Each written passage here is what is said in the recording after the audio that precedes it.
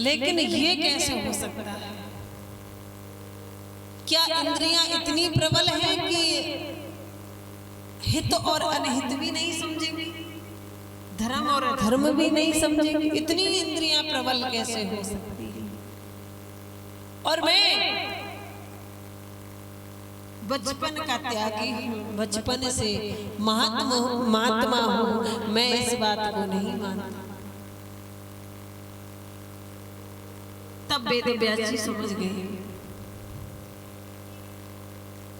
कि जैमिनी ऋषि के अंदर अभिमान आ गया और कहा कि अब भागवत की रचना कल करेंगे, कल लिखना अब उठा के रख दिया। कलम वहीं के वहीं रुक गई और सायकाल हुआ। गुरुदेव ने कहा, जैमिनी मैं तो बाहर जा रहा हूँ, हमारे ब्रह्मचारियों की कुटिया है, इस पर कोई स्त्री आकर नहीं रुकनी चाहिए। ऐसा कहकर वेद व्यास जी वहां से चले गए और रात्रि में बारिश होने लगी, बिजली कड़कने लगी।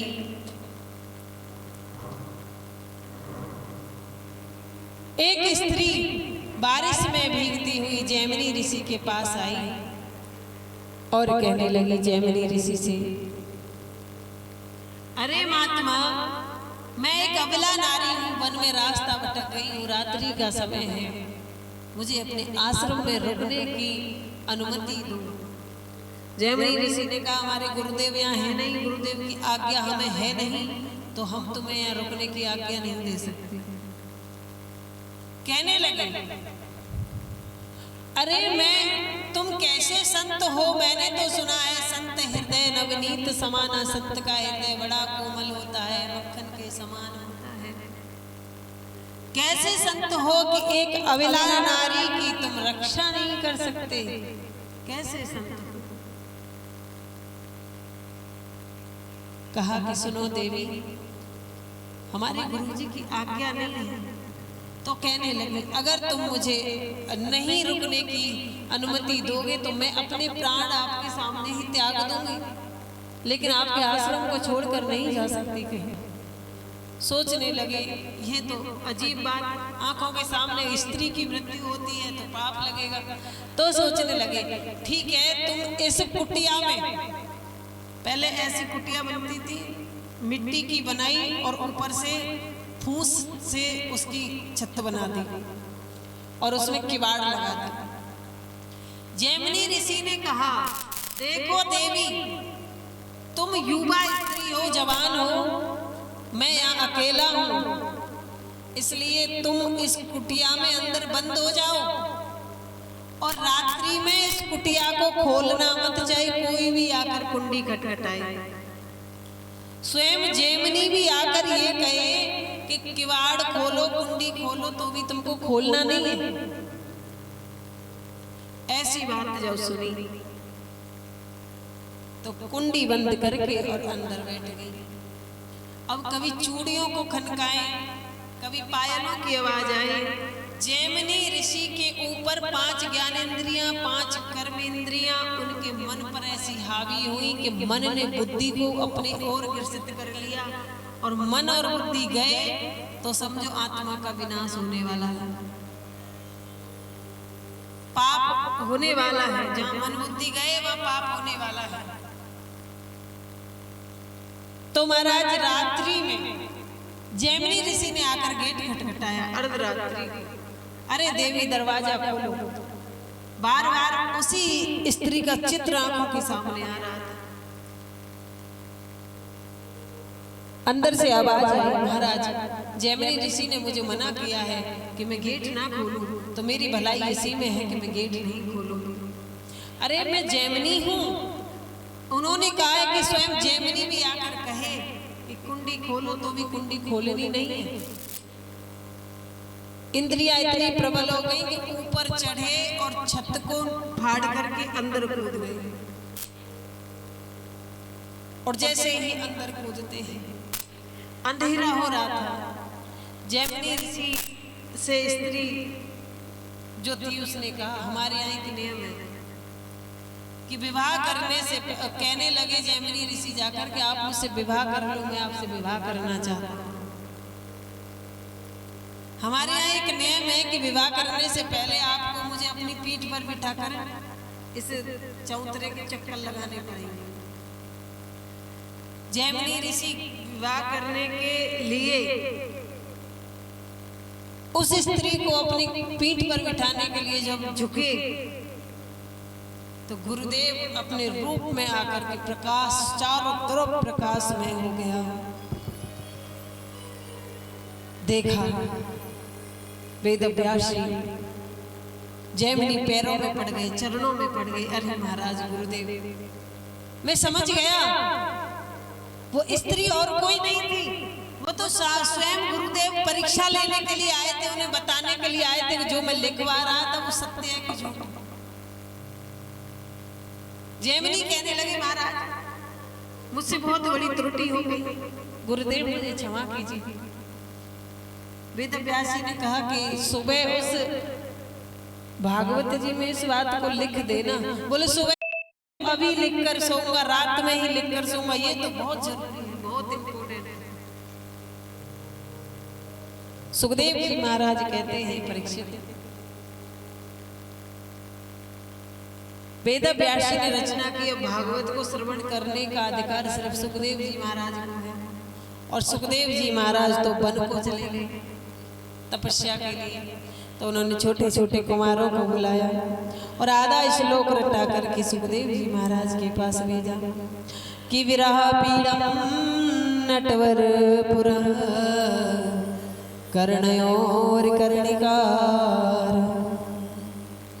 विभद्रवासः कनक कपीशयं वैजयन्ती च मालयम् अहो वकीयं निस्तनकालकुटं जिन्दाशयापायदाप्यसादिभिः लेभे गतियं धातृचिन्तार्धतोन्यं कं वा दयालु शरणं व्रजेयं कं वा दयालु शरणं व्रजेयम्।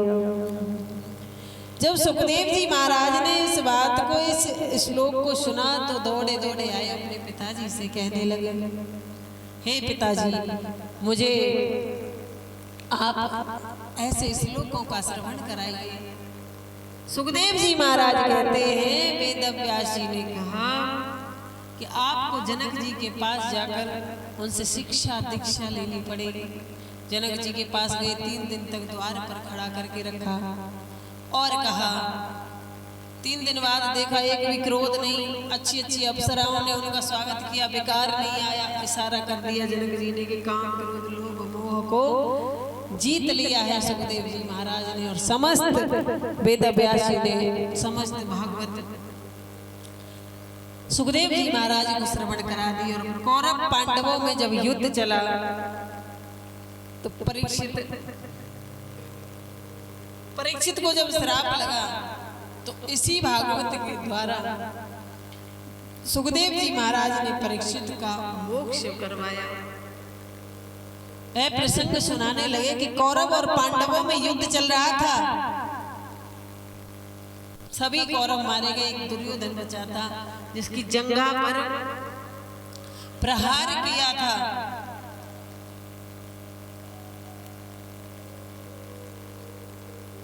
भीमसेन ने अपनी गदा से प्रहार किया और दुर्योधन पल पल मृत्यु के लिए तड़प रहा था। महाभारत होने का एक कारण है कि जो धर्म को छोड़कर अधर्म के नियत से खाना चाहता है वहां महाभारत होना आरंभ बिल्कुल निश्चित है कि वहां महाभारत अवश्य होगा। द्रौपदी के केसों को पकड़ करके लाया गया और नग्न अवस्था में जंघा पर बिठाने की अनुमति दी गई। तो द्रौपदी अपने गुरुजनों की ओर, अपने बुजुर्गों की ओर देखती है, गुरुजनों की ओर देखती है, सब मुंडी झुका लेते हैं। तो अपने 5 पतियों की ओर देखती है, वह भी मुंडी झुका लेते, तो अपनी साड़ी को अपने दांतों से पकड़ लेती है और जब सब झुक जाते हैं तब भगवान द्वारकाधीश को याद करती है।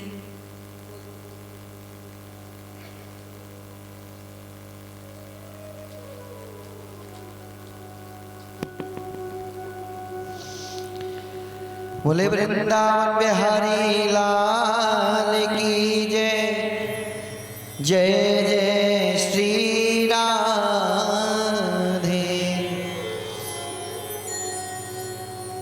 जब द्रौपदी का जब चीर हरण हो रहा था तो पहले वो उन जमाने वालों को पुकारने लगी जो कोई भी उसकी लाज बचाने के लिए नहीं आया। अंत वो हार गई पुकारते पुकारते, तो फिर उसने अपने गिरधर गोपाल को पुकारा तो क्षण मात्र में प्रकट हो गए और कहने लगी मेरी लाज जाती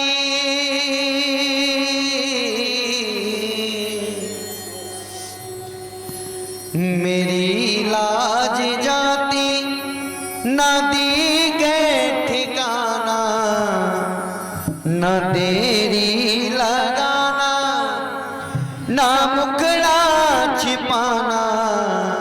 तो द्रौपदी कहने लगी कन्हैया जी से, तो सभी हाथ ऊपर करके मेरे प्यारे आ जाना आ जाना आ जाना भैया आ जाना आ जाना आ जाना भैया आ जाना आ जाना आ जाना मेरे आ जाना आ जाना मेरी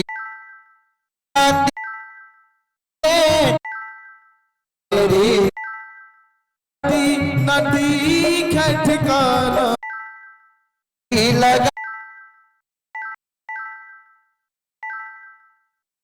लगाना ना मुखड़ा छुपाना। शाम आ जाना आ जाना आ जाना भैया आ जाना आ जाना आ जाना।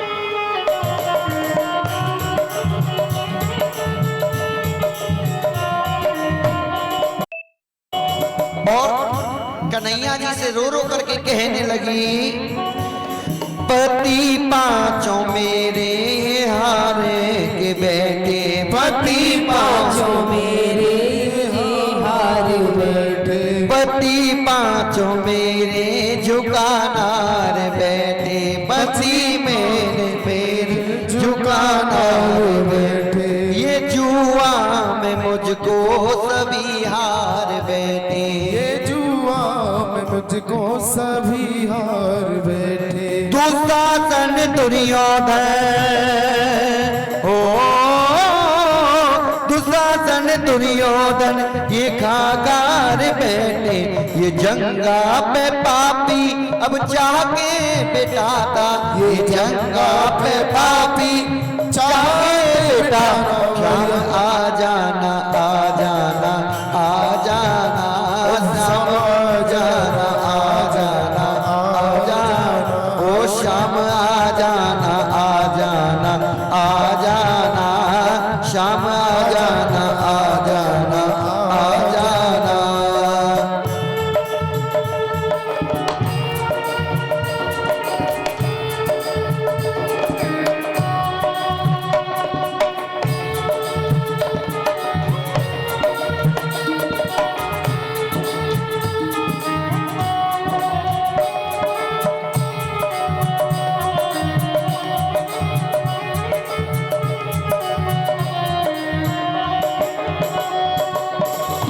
और कृष्ण भगवान से कहने लगी न आवाज कोई कहीं उठ रही है न आवाज कोई कहीं उठ रही है न आवाज कोई कहीं उठ रही है न आवाज कोई कहीं उठ रही है। इस लज्जा की अज्जा यहाँ लुट रही है, इस अबला की लज्जा यहाँ लुट रही है, इस लबला की लज्जा यहाँ लुट रही है, इस अबला की लज्जा यहाँ लुट रही है। तुम्हारे बिना अब ओ तुम्हारे बिना अब दम घुट रहा है, अरे लीलाधारी तू लीला दिखाना, लीलाधारी तू लीला दिखाना, शाम आ जाना आ जाना आ जाना, शाम आ जाना आ जाना आ जाना, शाम आ जाना आ जाना आ जाना, शाम आ जाना आ जाना आ जाना। जय हो।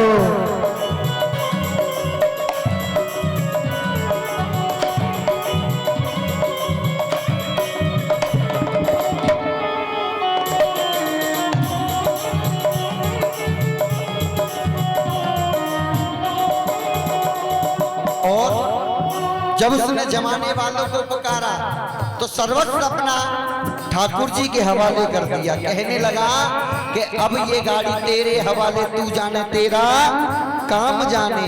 तो कहने लगी कहाँ हो हे मदन मुरारी, कहाँ हो हे मदन मुरारी, शरण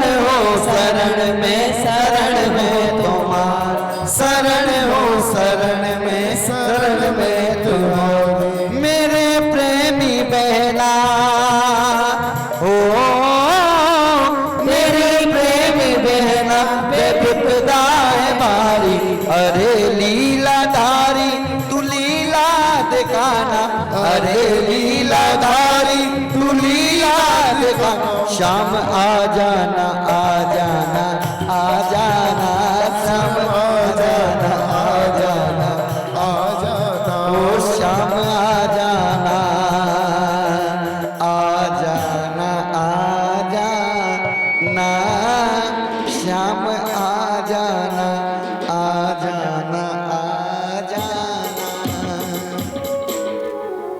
बोलिए कृष्ण कन्हैया लाल की।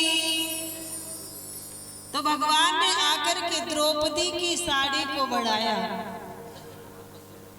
भगवान कहते हैं द्रौपदी मैंने तुम्हारी साड़ी को नहीं बढ़ाया, तुमने तो अपने आप अपनी साड़ी को बढ़ाया है। भगवान कृष्ण की अंगुली में चोट लग गई, खून निकलने लगा। भगवान की पत्नियां सब खड़ी हैं, रुक्मिणी जी खड़ी हैं, सब खड़ी हैं, यज्ञ चल रहा था, सब देख रही है। भगवान की लग गई, सब रोने लग गई, अरे भगवान प्रभु के लग गई। लेकिन कोई ये नहीं सोच रहा कि ये लग गई तो इसका उपाय क्या करना है। और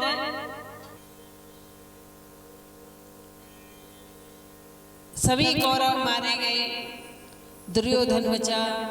अश्वत्थामा ने द्रौपदी के 5 पुत्रों को मार दिया।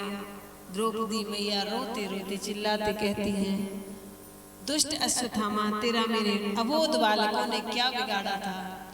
अर्जुन गए और अश्वत्थामा को पकड़ लिया, अधम ब्राह्मण बनाकर छोड़ दिया। अश्वत्थामा ने सोचा मैंने 5 पुत्रों को, द्रौपदी के 5 पुत्रों को तो मार दिया, अब तो पांडवों का भी वंश नष्ट हो गया। पांडवों के बाद कोई नहीं रहा वंश में। लेकिन मैंने सुना था अभिमन्यु की पत्नी उत्तरा, अभिमन्यु की जब मृत्यु हुई थी तो वो गर्भवती थी, तो उस बच्चे को और मार देता हूं तो इनका वंश ही नष्ट हो जाएगा। और ब्रह्मा अस्त्र छोड़ दिया उत्तरा की तरफ। उत्तरा त्राहिमाम करते हुए भगवान के पैरों में आकर पड़ गई।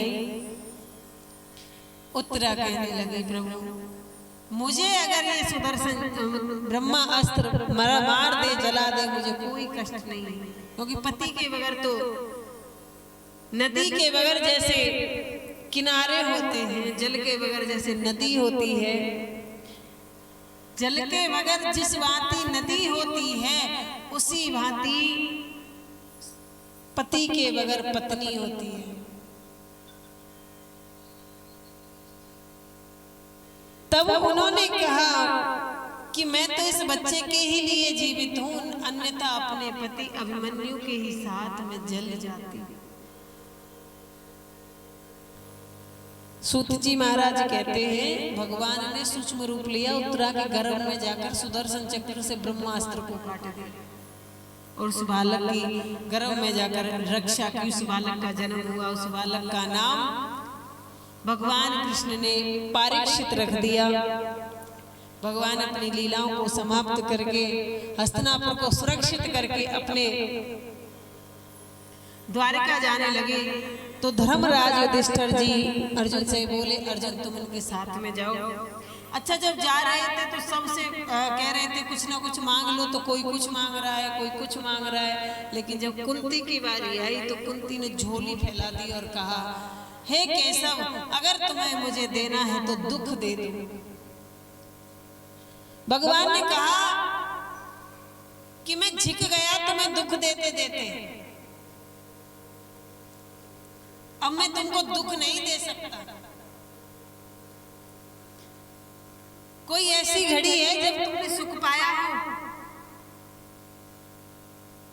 आपका जन्म हुआ मथुरा में, कुंती भोज राजा ले गया, उसने नाम रख लिया कुंती। विवाह हुआ पीरिया रोगी पुरुष के साथ में, जिसे श्राप लगा हुआ था कि अगर गृहस्थ इच्छा से, काम इच्छा से पत्नी के पास चले गए तो तुम्हारी मृत्यु हो जाएगी। और पत्नी दूसरी सुभद्रा के पास चले गए, उनकी मृत्यु हो गई। बालकों को तुमने पाला, तुमने कितने कष्ट नहीं सहन किए, अब मैं तुम्हें कष्ट नहीं दे सकता। द्रौपदी मैया सखी सखा का भाग मांगती है कि जो सखी सखा का भाव है उसे बरकरार रखना। कुंती ने भगवान कृष्ण से कहा है कि विपद होने विपद संपद होने संपद विपद नारायणं स्मृति संपद नारायणं स्मृति। मैं विपत्ति को विपत्ति नहीं कहती, संपत्ति को संपत्ति नहीं कहती। मेरी सबसे बड़ी विपत्ति वही है जिस समय जिस घड़ी